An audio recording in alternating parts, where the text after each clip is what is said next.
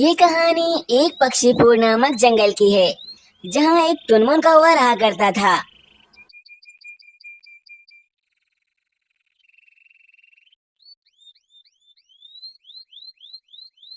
टुनमुन कौवा वैसे तो बहुत ज्यादा होशियार था, परंतु उसे बारिश और उसे बरसाने वाले वे बादल बिल्कुल पसंद नहीं थे।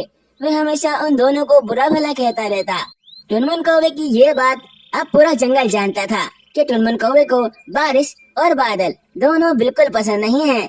वहीं दूसरी तरफ मीनू चिड़िया का एक दोस्त था, जिसका नाम बबलू बादल था। वे कभी कभार मीनू चिड़िया से मिलने आता और उससे काफी देर तक बातें करता रहता। अरे मीनू चिड़िया, बताओ जंगल के हालात कैसे हैं? सब कुछ ठीक चल रहा है ना? कोई परेशानी वाली बात तो नहीं है? अरे नहीं नहीं बादल भैया, ऐसी तो कोई भी बात नहीं है। जंगल में हर तरफ सुकून है, हर पक्षी खुशी से रह रहा है और किसी को कोई भी तकलीफ नहीं है। अच्छा, ये तो बहुत ज्यादा अच्छी बात है। ये जंगल का हर पक्षी खुश है। परंतु मुझे एक बात बताओ, तुम्हारे मुंह पर 12 क्यों बजे हुए हैं? तुम मुझे उदास लग रही हो। अरे मैं अब आपको क्या बताऊं बबलू बादल भैया, मेरी बात जानकर आपको बहुत ज्यादा उदासी होगी। अच्छा मीनू, ऐसी क्या बात है जो सुनकर मैं परेशान हो जाऊंगा? मुझे बताओ। अरे बादल भैया, वो हमारे जंगल का टुनमुन कौवा है ना, वह जब भी किसी पक्षी से मिलता है तो हमेशा आपकी बुराई करने लगता है। मुझसे ये देखा नहीं जाता, बस इसीलिए मैं उदास हूँ। मैंने अभी देखा वह एक पक्षी से आपकी बुराई कर रहा था। नहीं नहीं, मुझे यकीन नहीं है कि इस जंगल में कोई भी पक्षी ऐसा है जो मुझे बुरा भला कहता हो। मैं तो बारिश बरसाता हूँ और सबको इतना ज्यादा खुश करता हूँ। मुझे कौन बुरा भला कहेगा? अरे बबलू बादल भैया, मैं जानती थी आपको यकीन नहीं होगा, इसलिए मैंने सोचा था कि मैं टुनमुन कौवे को अभी यहाँ बुलाऊंगी और आप थोड़े से हवा में ऊपर चले जाइए और हमारी बातें सुनिए। फिर देखना टुनमुन कौवा आपकी कैसी बुराइयां करता है। अच्छा, ऐसी बात है तो लो, मैं थोड़ा सा ऊपर चला जाता हूँ और ऊपर से जाके सुनता हूँ ये तुम लोग क्या बातें कर रहे हो। फिर क्या था, इत्तेफाक से उस दिन वह टुनमुन कौवा किसी काम से उस समय वहाँ से कहीं जा रहा था। तभी मीनू चिड़िया उसे जाता हुआ देख लेती है और उसे आवाज मारकर रोकने लगती है। अरे टुनमुन कौवे, ओ टुनमुन कौवे, जरा इधर तो आओ, मेरी बात तो सुनो। मीनू चिड़िया की बात सुनकर वह टुनमुन कौवा मीनू चिड़िया के पास आकर बैठ जाता है। अरे टुनमुन कौवे, कहाँ हो आजकल? तुम तो नजर ही नहीं आते, ऐसे गायब हो गए हो जैसे गधे के सर से सींग। और नहीं नहीं मीनू चिड़िया, ऐसी कोई बात नहीं है। मैं तो बस थोड़ा मसरूफ रहता हूँ, काम काज में लगा रहता हूँ, इसी कारण तुमसे मिलने नहीं आ पाया। अरे हाँ, तुम बिल्कुल ठीक कह रहे हो टुनमुन, ये बारिशें भी होने वाली हैं। हम सब पक्षियों को चाहिए कि उससे पहले ही अपने घरों को मजबूत कर लें। और मीनू चिड़िया, तुम ठीक कह रही हो। अभी ये बारिशें शुरू हो जाएंगी, फिर जो पक्षी सुकून से रह रहा है उसका सुकून बर्बाद हो जाएगा और कितने पक्षियों के तो घर भी टूट जाएंगे। मुझे बारिशों से सख्त नफरत है और उन्हें बरसाने वाले वे गंदे बादल भी मुझे नहीं पसंद। मीनू चिड़िया, तुम जानती हो मुझे बादल बहुत ज्यादा बुरे लगते हैं, क्योंकि वे हर समय बारिश बरसाते रहते हैं। बारिश किसी काम की नहीं होती, हमें वो कोई फायदा नहीं देती। अच्छा टुनमुन भैया, ऐसी बात है क्या? हाँ मीनू चिड़िया, और तो और अपने जंगल में वे एक सरफिरा बादल है ना, जिसका नाम बबलू है, वो तो मुझे बहुत ही ज्यादा बुरा लगता है, क्योंकि वे हर टाइम बस बारिश ही करता रहता है और आगे आगे रहता है जब भी बारिश होती है, इसलिए मुझे वो बहुत ज्यादा बुरा लगता है।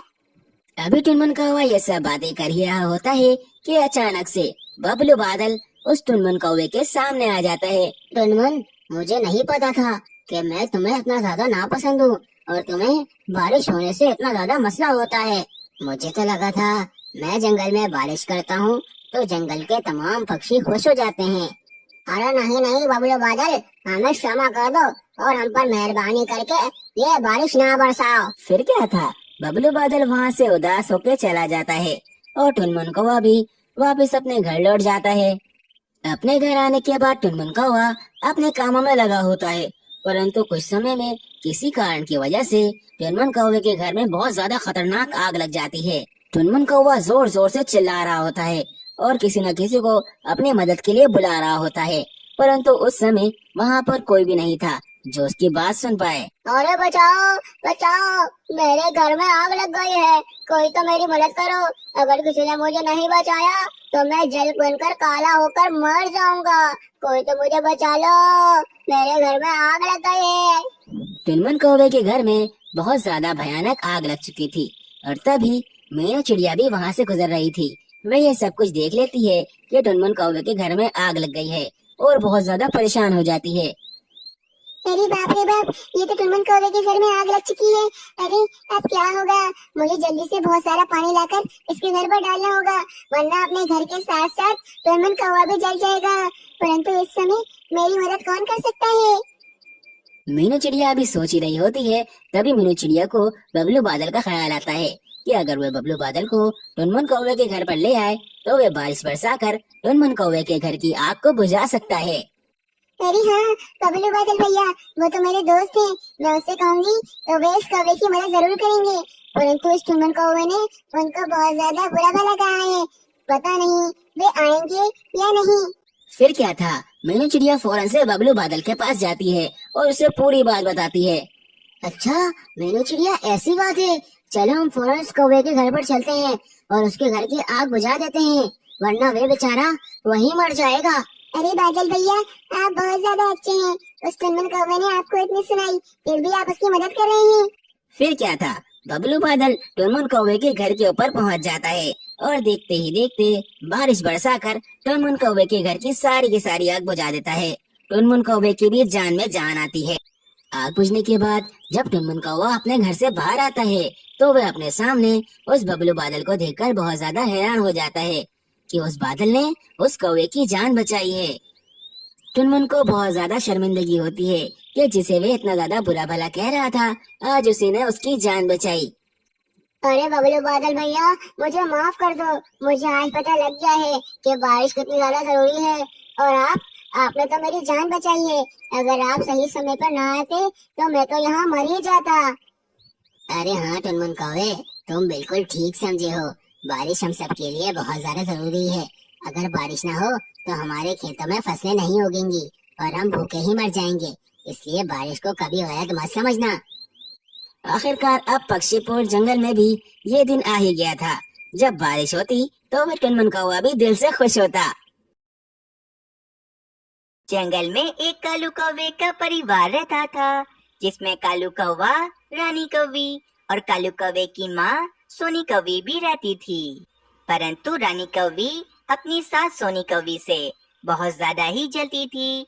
इसे ये बिल्कुल भी बर्दाश्त न था कि कालू कौवे की माँ इसके घर में रहे। रानी, क्या हो गया है भाई? आज तुम इतना ज्यादा गुस्सा क्यों कर रही हो? कालू जी, मैं तुम्हारी माँ से बहुत ज्यादा परेशान हो गई हूँ। एक तो वो बूढ़ी हो गई हैं और कोई काम भी नहीं करती हैं, भोजन भी उनको बैठे बिठाए ही मिल जाता है। मैं कह देती हूँ कालू जी, मुझसे अब और तुम्हारी माँ की सेवा नहीं होगी। रानी, माँ जी बहुत ज्यादा बूढ़ी हो गई हैं, उनसे अब भोजन नहीं ढूंढा जाता है। अब इस उम्र में वे भोजन कैसे ढूंढेंगी, ये बात तो बताओ तुम। बस मैं कुछ नहीं जानती हूँ, वैसे भी मेरे अंडे में से कुछ ही दिनों में एक छोटा सा कौवा आने ही वाला है और हमारे इतने छोटे से घर में कितने पक्षी रहेंगे। अब माँ जी यहाँ नहीं रह सकती हैं, मेरा ये आखिरी फैसला है कालू जी। रानी, फिर माँ जी कहाँ रहेंगी? उनके पास तो रहने के लिए कोई भी घर नहीं है। बस कालू जी, अगर आपने अपनी माँ जी को इस घर से नहीं निकाला तो मैं अभी ही अपने अंडे को लेकर अपने मायके चली जाऊंगी, फिर आप रहिएगा अपनी माँ जी के साथ।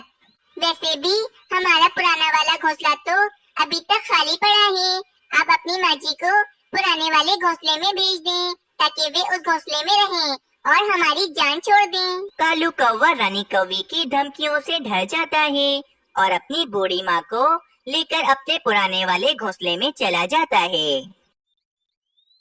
बेटा, तुमने ये मेरे साथ बिल्कुल भी अच्छा नहीं किया है। तुम खुद देखो, ये घोंसला कितना टूटा फूटा है।